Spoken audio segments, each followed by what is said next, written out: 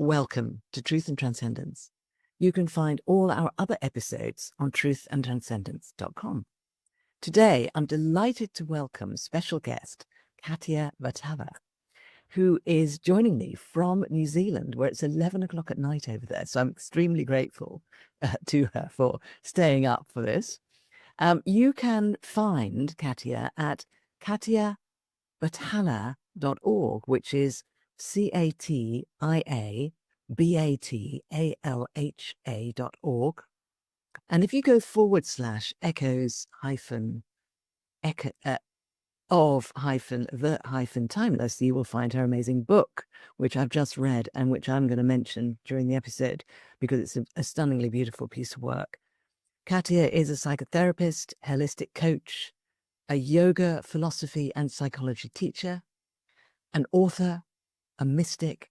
She's devoted to guiding souls on their journey of awakening, healing, and self-discovery. She has spent much of her life immersed in the holistic philosophies and traditions of the East and the psychological sciences of the West. And Katia's book, which you can see on the shelf behind me, is an extraordinary tale of a journey through exploring many of these things, but weaving it back constantly to personal lived experience and actual personal reflection and consideration of what works and what doesn't work for that individual person. So if you are inspired by this conversation today, please do get the book. It's a beautiful read. So Katia, thank you so much for coming on the show. Hi, Catherine. Thank you so much for having me and for that lovely introduction. I'm very excited to be on your show. Fantastic.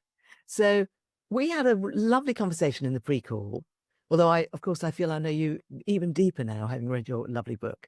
In the pre-call, something that came through in the conversation was this whole notion of the choice to live differently. In other words, this idea that in our lives, often there are all sorts of messages and pressures around how we should live, but that there's always the possibility of making a different choice, which we don't always, we're not always aware of that. I think often we forget that we don't have that choice to live differently.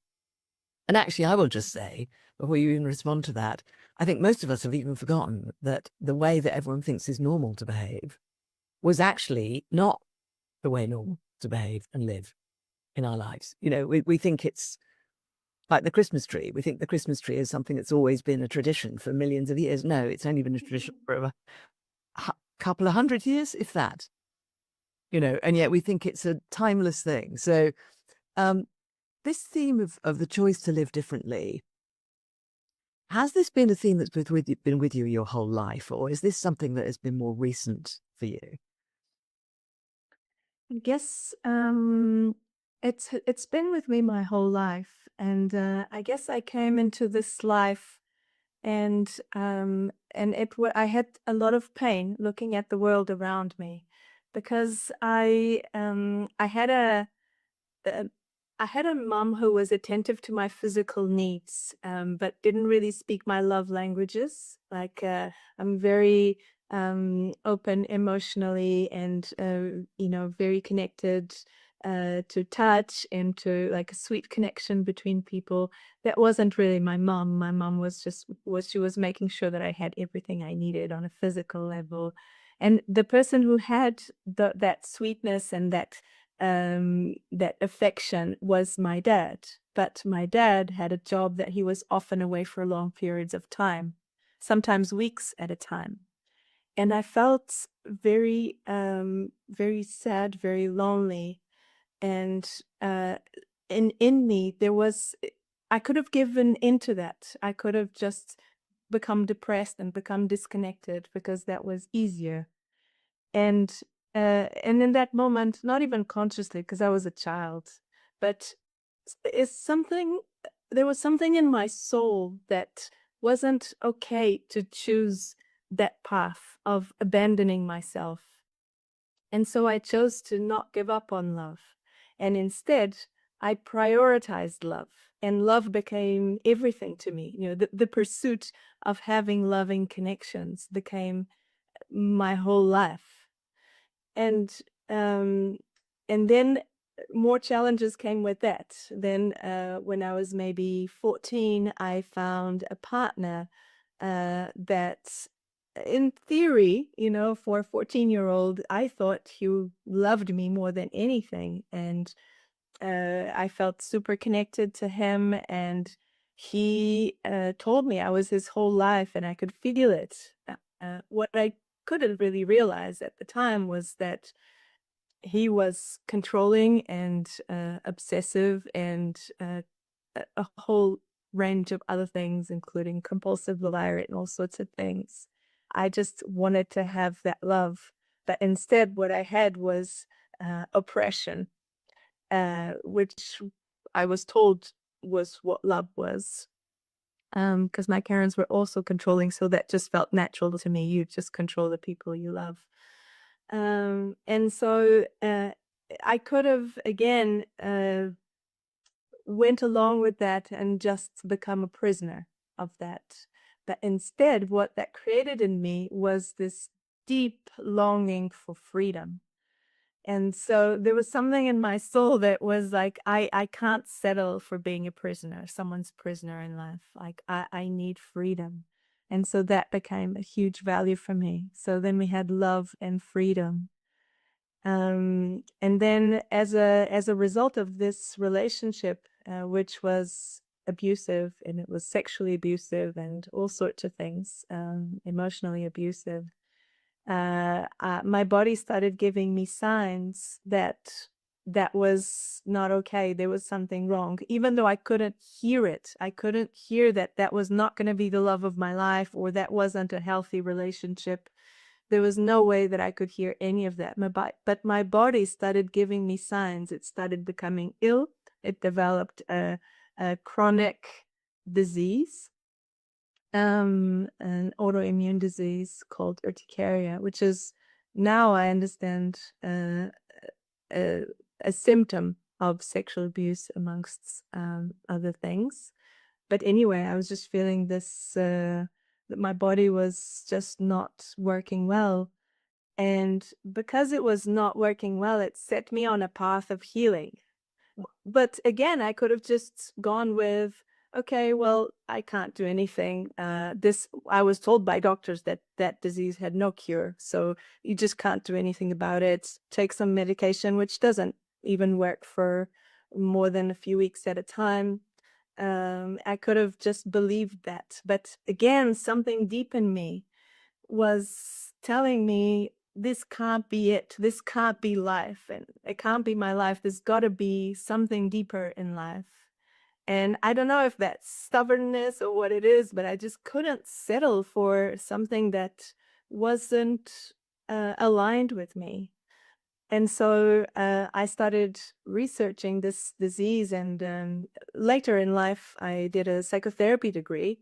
And in that degree, I understood what the reasons for urticaria were, and there's psychosomatic, very much emotional things happening through the body. And I went through this whole healing process. And because of that, I've overcome that disease many years ago. And it healed a whole lot of other things in my body, and health became a priority.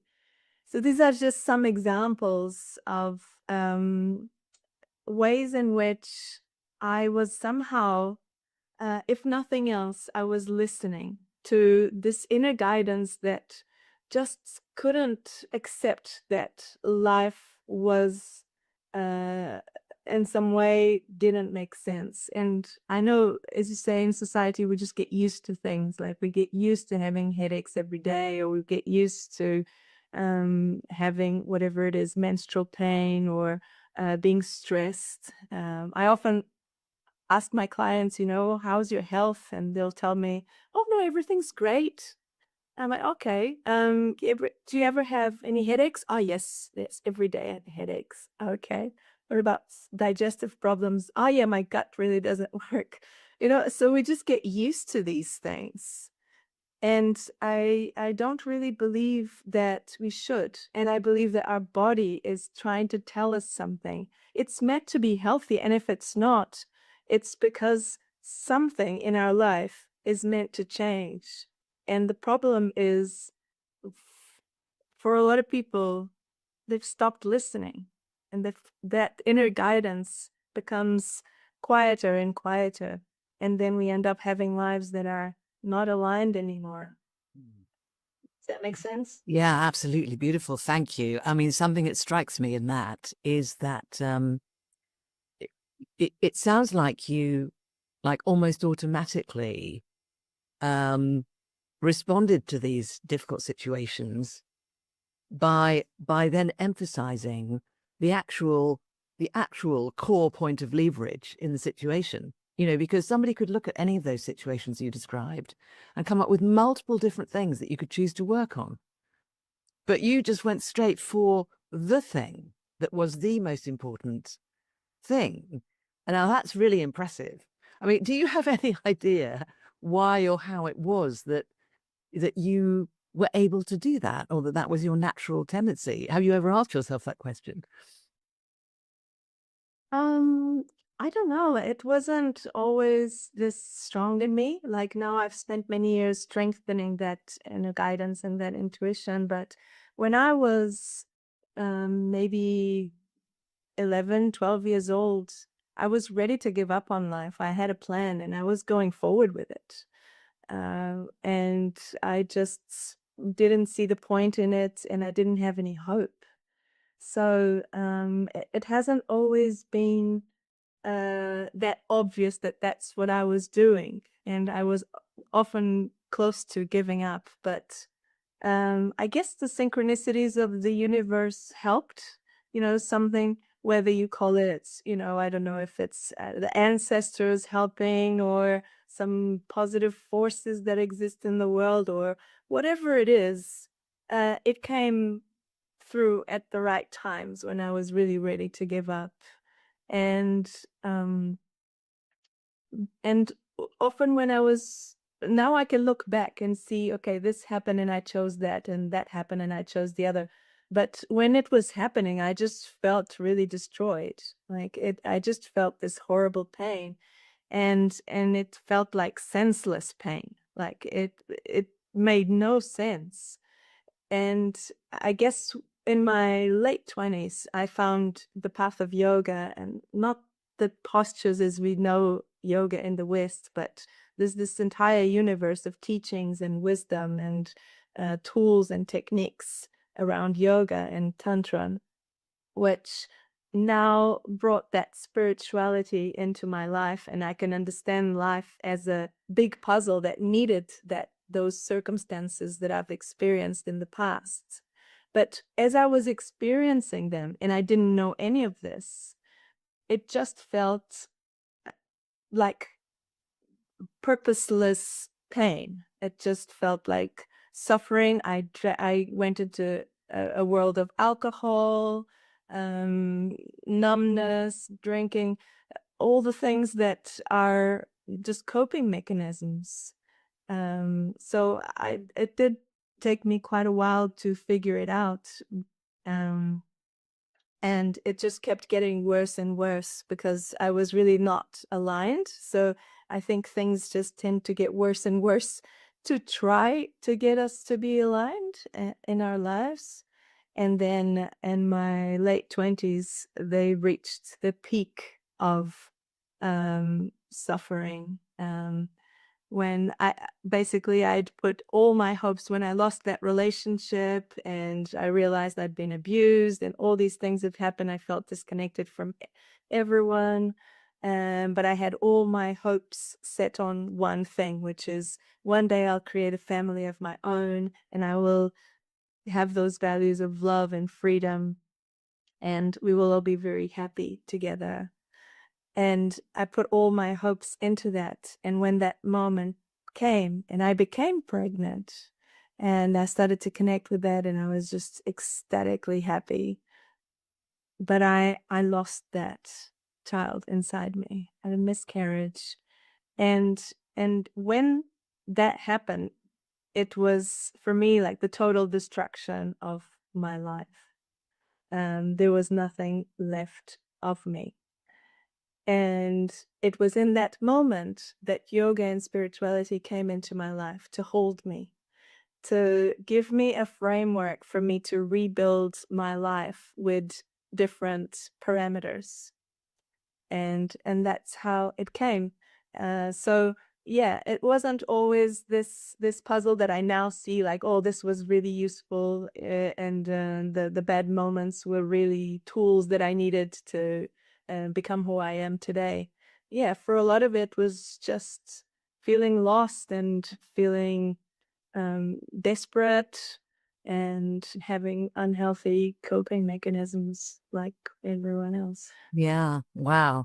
Well, well done bouncing back. But the other thing I noticed in the way that you describe it is that you were aware of the suffering. You know, you mentioned you have clients coming to you and you were saying, "How's your health?" "Oh, I'm absolutely fine." But Mm. actually, they are actually suffering, but they think they're fine, you know? Do you think that, um, willingness to be in touch with the suffering, do you think that's important on the path of awakening?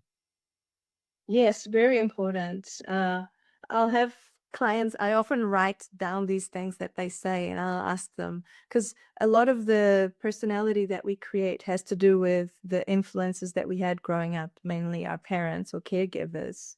And so I ask them, okay, how was your relationship with your parents? And often people will say, oh, I had great parents. And, they move on. I'm like, okay. And I write that down. And then later on, when I start asking questions and we start unpacking things, and they realize I I was physically abused. I had a controlling mom. I had to take care of my parents, or all these things were happening. These patterns were being developed. But yes, they're just not aware of it as it's happening, or they don't see it as a problem. And yes, I do think that it's very important to understand that things are or were a problem, not to blame anyone, and not to be a victim of anything, but it's through recognizing those aspects in our life, the consequences of um, the things that have happened in the past or the relationships we have in the present or what have you. It's through recognizing that pain that we can move forward with more awareness. And this is what yoga is in Tantra. It's kind of mainly the essential thing about it is to move from unconsciousness to consciousness. And it's only when we do that that we have a choice.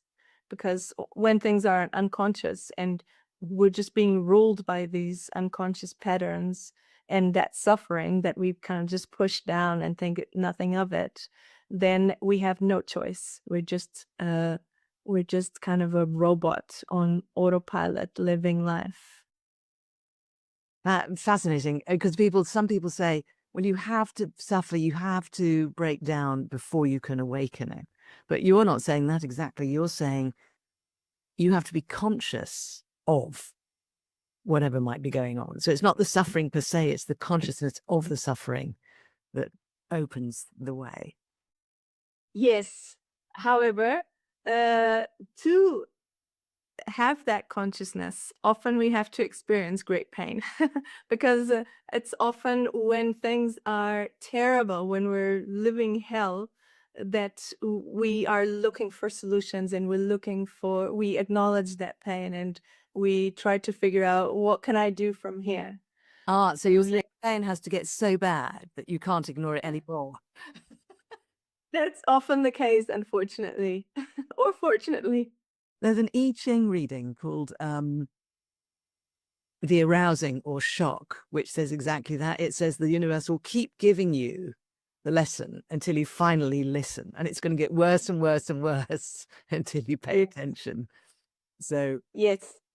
Yeah, that is a yoga teaching exactly like that. is it really?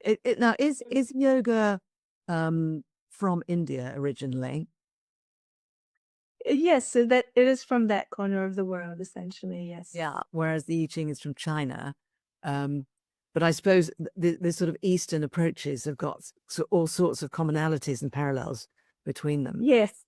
Yes, yes. And I've studied just many different esoteric traditions from around the world, even South America and other places. And essentially, they are saying the same thing. They might have a slightly different framework to explain it, but the values behind it are essentially the same. This has been my experience. Amazing. Well, an extraordinary journey you've traveled, and you've got this lovely light energy when you talk about it. But I also get there's a lot behind that lovely light energy in terms of grounded wisdom. And I know you've studied psychiatry and all sorts of things, as well as yoga and the esoteric traditions. So, would you like to share a bit about that part of your journey of how you came to actually explore all these different things and then it sort of integrate them in the way that you have? Sure. So I started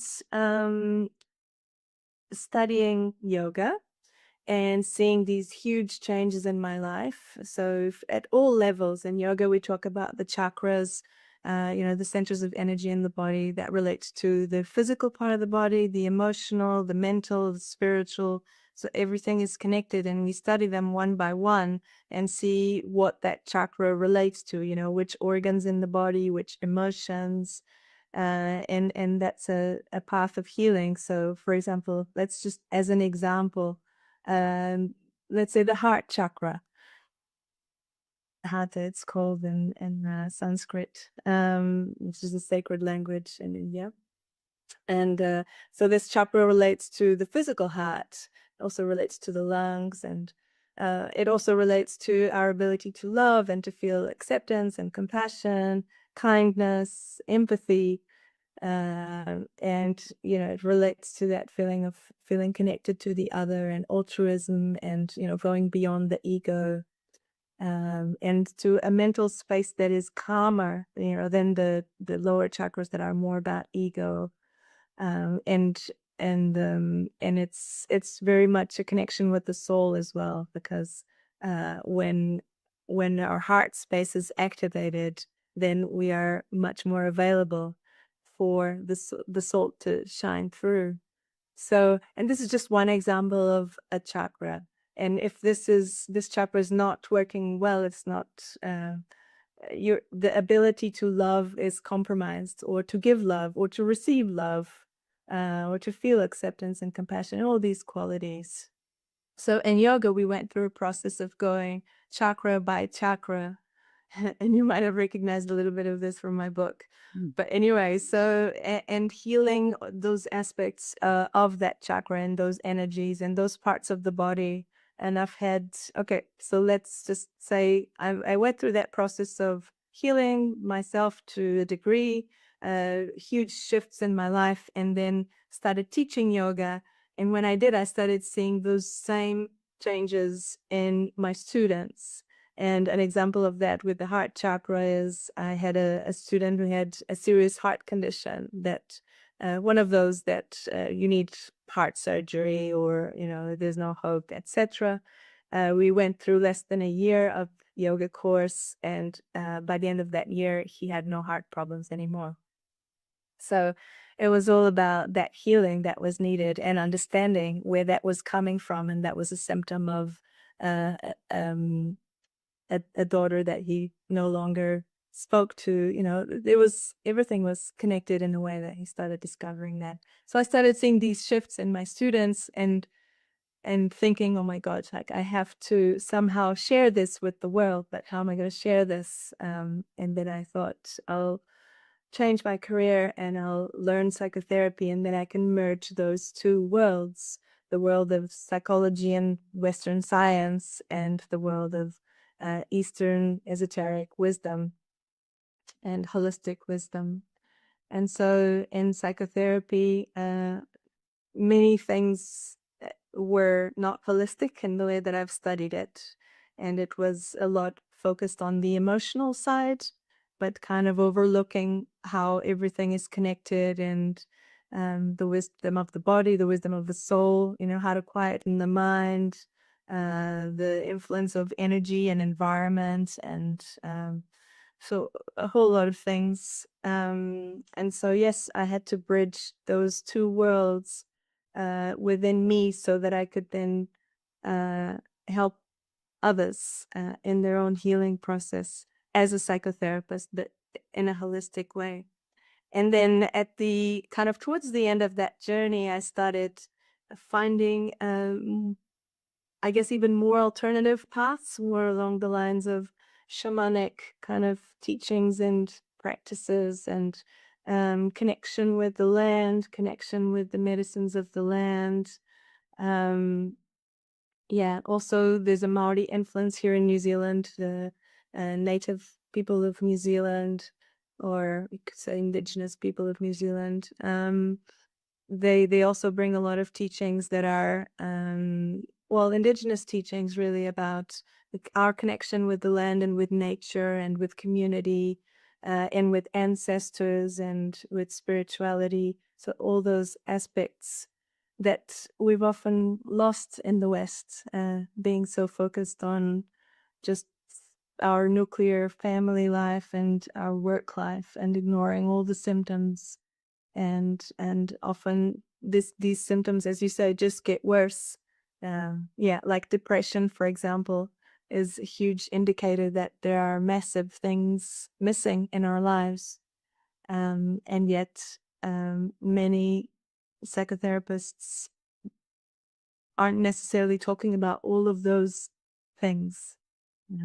Yeah, and often it's treated like there's a problem with the person. But holistically, it can be much bigger than that. Their connection to all of these things that I've just mentioned.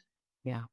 Fantastic. What a great combination to do. I mean, because either one of those, the whole yoga and all the esoteric wisdoms and the whole psychotherapy side, either one of those on its own is a massive amount of learning and practice.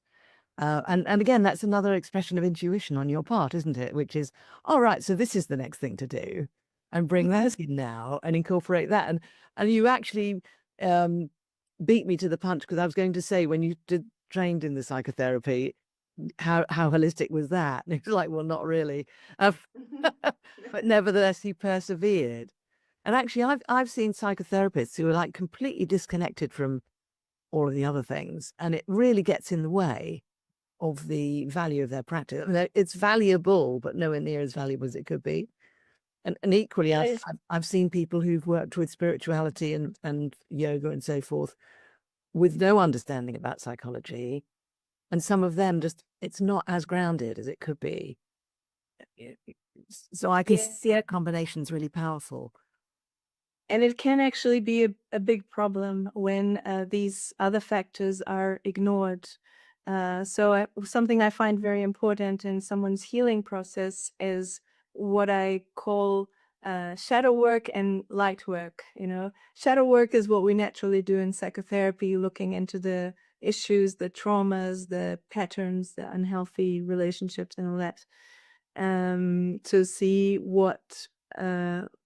Let's say I say that everyone is the sun, but sometimes we're surrounded by clouds, so we can't see our own light. And so often in psychotherapy, there's this training of let's look at the clouds. And that's great, because we do need to see what's getting in the way of us shining. However, that's the shadow work, but we also need the light work, meaning we need to know what that sun looks like. There's a level of guidance that's needed for the person to understand, this is who I am. Like, I am an embodied soul who has a soul journey and came to this life with something to offer, and I have gifts that I'm not connected to and potential to awaken. Uh, and if we miss that light work, if that connection to the soul, to maybe the ancestors, maybe the land, maybe um, the past, the future, all the things, their purpose, if that's missing, then they might just be stuck in shadow work, and they might just get so deep in the world of the clouds that it's harder to get out of that world, because it really increases their resonance with their clouds, let's say, with their egos, with their problems, and when you start to really connect with something deeply, you start to vibrate at the same level as that thing. You start to become one with that thing, if you like. Um, and so if someone just focuses on their fear, or their anger, they start to create more and more connection with that anger. And that's a dangerous thing. Yes, we need to look at the patterns, but we also need to remember who we are, because we are much bigger than the patterns. And so for me, a healer, a psychotherapist, whatever you want to call it, needs to hold both so that the person doesn't end up getting caught up in that world of shadows and forgetting more and more who they actually are. Yeah. Beautiful. I feel like you represented that very well actually in the book, which I'm going to ask you about next, because you do talk in there about the character having these extraordinary experiences, these wonderful awakening and opening experiences, and also these moments of recognition of shadow aspects, and working with those and grappling with those and going back and forth between those experiences. And in the book, you give those like equal weight almost. It's like they're both important. And the character discusses all of it with, their partner and their friend as they go along. It's all discussed. It's all just as important as everything else. But there's never any point of, oh, I'm having a difficult experience, therefore I'm bad, or I'm having a great experience, therefore I'm good. It's more like I'm a traveler, and there's a sunlit mountain and there's a mountain in shade or whatever. It's almost like no value judgment is applied, which very much struck me. Would you like to share something about the book, how it came to be, and what it means to you as a gift into the world? Well, how it came to be was quite a kind of magical, synchronistic story on its own, which was it almost didn't come to be. There was no intention for it to come to life in a way. And what happened was that I was meant to go to this place. I rented a place in a surf town in Portugal with the intention of surfing for a month. And the only thing I brought with me was my laptop, just out of intuition. There was no reason even to bring it because I was just going to surf all month. And when I got there, I put my back out in such a way for no reason. I wasn't doing anything. And something just broke in my back that didn't make any sense. And I was bedridden for the entire month. I couldn't do anything. I couldn't even go to the toilet. I couldn't stand up. That was how much pain. I had to order Uber every day for Uber Eats to eat. Otherwise, I couldn't even cook. And that was the entire month. I didn't know anyone in that town. And the only thing I had on me was a laptop. And I was like, what will I do with my laptop? And I started writing. And as I started writing, this huge download started coming through me. And I was just trying to keep up as best as I could with all these things that needed to be written. And I would write and write and write the entire day, nonstop. And at the end of the day, I thought, oh, wow, what a cool story that's coming through. But surely I've got nothing to say tomorrow. Because this was just really interesting things, but maybe I've got nothing else to add. And then that's okay. The next day, I would wake up and a huge download would come again. And I would write and write. And at the end of the day, I would have the same question. Oh my God, okay, now I've got nothing else to say. So this went on for the entire month. And when the month ended, my back came right. Like suddenly it healed and the book was written. So Wow. that's Well, the story about it. I'm sorry you had to experience that particular example of the pain leading to something amazing. Uh, wow, extraordinary. And you work into the story aspects from your own life, as well, as the actual beautiful story of the characters in the book. Yes, and this is how things interweave, is that while the narrative itself, like the story of how it all flowed, isn't really how it all happened, the timeline and etc. The experiences that are there and the teachings that are there are very much real. So yeah, and it's somehow I'd written other books. I've been writing since I was a little girl. Somehow, I think when I was maybe 8 or 9, I created a children's book, that kind of thing. But I never really published anything for real because I don't know, it didn't really feel right. But this one I knew I must publish it because it was something much bigger than me. Yeah, And yeah. so I mean, it's a very integrated piece of work. I mean, you mentioned exploring each chakra one by one, and in the book, the character does exactly that, and explores each one in a variety of different ways, which takes it very deeply. And I love the way you describe the whole story over a 12-month period, because when I was reading it, I was traveling along with your character, Sophia, and just imagining what would it be like to spend 7 weeks focusing on exploring, let's say, the heart chakra, the one you mentioned, how, through all these different ways of doing it and exploring it and talking with other people and noticing my own experience and relating it back to my own life, and then going back and sitting and doing yoga with it. And just imagining that in my mind, um, I could feel shifts occurring through following the story. I mean, have you had feedback from people of how it's affected them reading this book? yes, and that has been a trend now that you mention it. People feeling that it's not just a book that you read, but a transformative experience in their own way, because everyone will take from it whatever they need to hear at any given point. Because the book talks about everything, but of course, not everything applies to everyone. So people take from it what they need to take in any given moment. But it has had that feedback of some kind of awakening or transformational experience at some level. Yeah, beautiful. And I think that what you just said is also reflected in the book, because the characters, every now and again in the book, one of the characters will say, actually, this bit that we're looking at now isn't really for me, or I'll explore it. True. It's great, but I don't think it's for me. And at one point, one of the characters actually says, I'm going, and gets on a plane and goes off on their own, you know, and then later on everyone meets up and it's fine. And that reminder of the free choice, yeah, we can explore whatever we want, but we don't have to follow it. And I think that's so great, because people are frightened sometimes of, oh, I can't go on that workshop, I can't read that thing, I can't consider that thing, because if I do, it's going to sort of take me over. Mm. But not necessary, you can explore it, you don't have to live it. Yeah, and I think that's something I talk about with my clients quite a lot. I think it's quite important.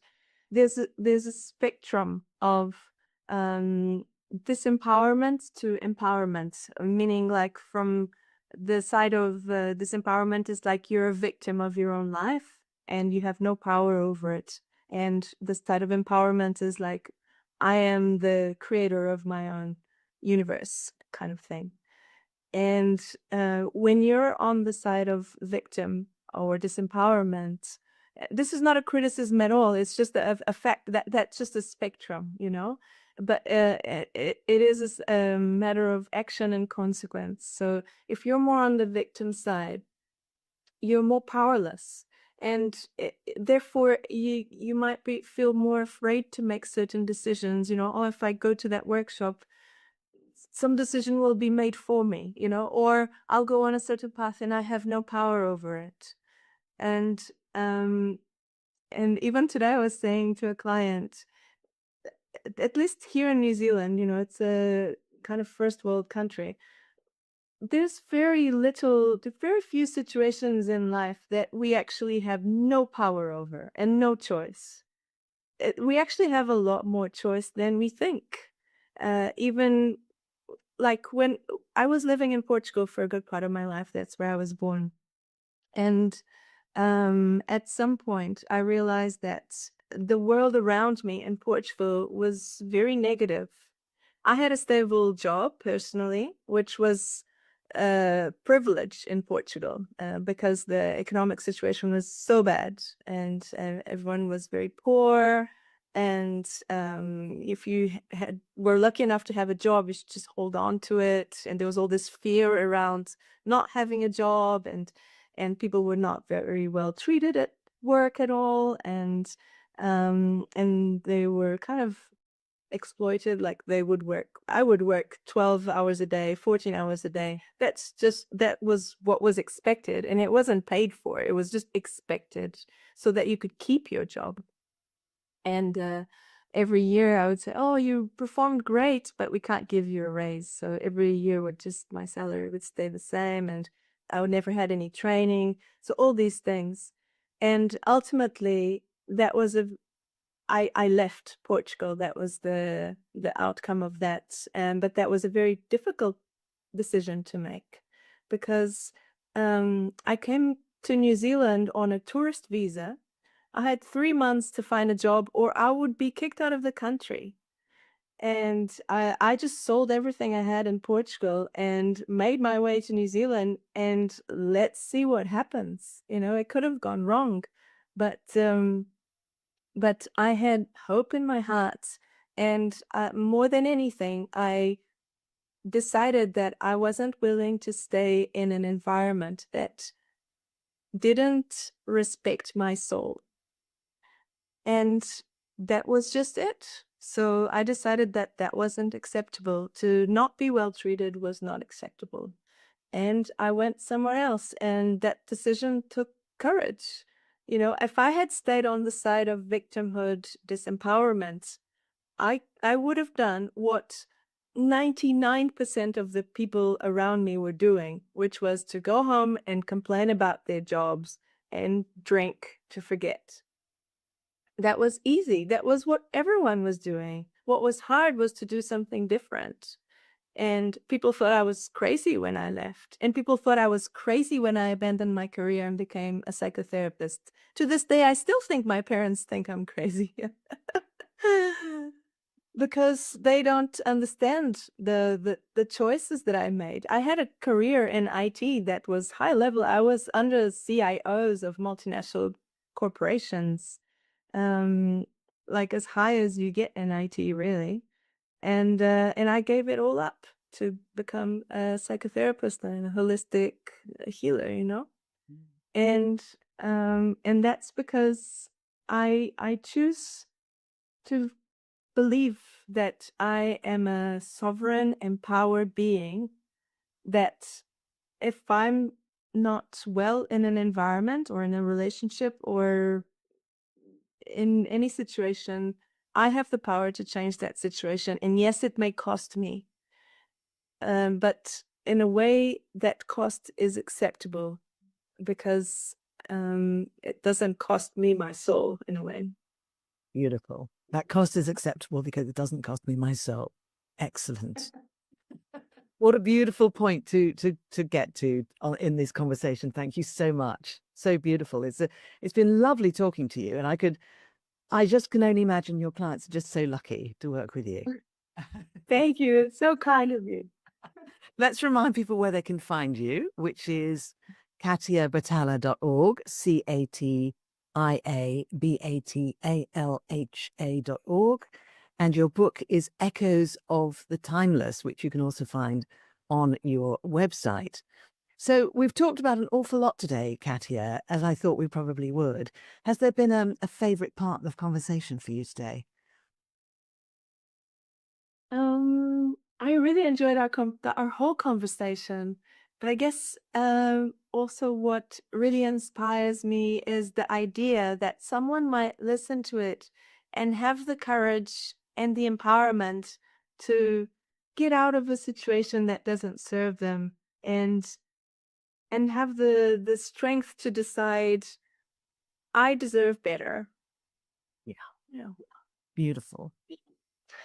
Is there any kind of because I think there's a lot we've talked about today that people could reflect on and contemplate. Obviously, reading your book is a great way to do that. Is there any kind of reflection or contemplation question you'd like to leave with the listeners? I usually like to ask people to listen to themselves. That's the number one thing to do, because everything starts to happen when you're listening. When you're listening to the symptoms in your body, when you're listening to your emotions that you might not want to be aware of. So I guess something to reflect on is, in which ways are the listeners, in this case, perhaps not listening? That's something that could be a reflection. In what way might I not be listening to what my body, my heart, my soul are trying to tell me? Great question. Great question. Beautiful. Well, thank you so much, Katia, for coming on the show. Thank you, Catherine. It's been amazing.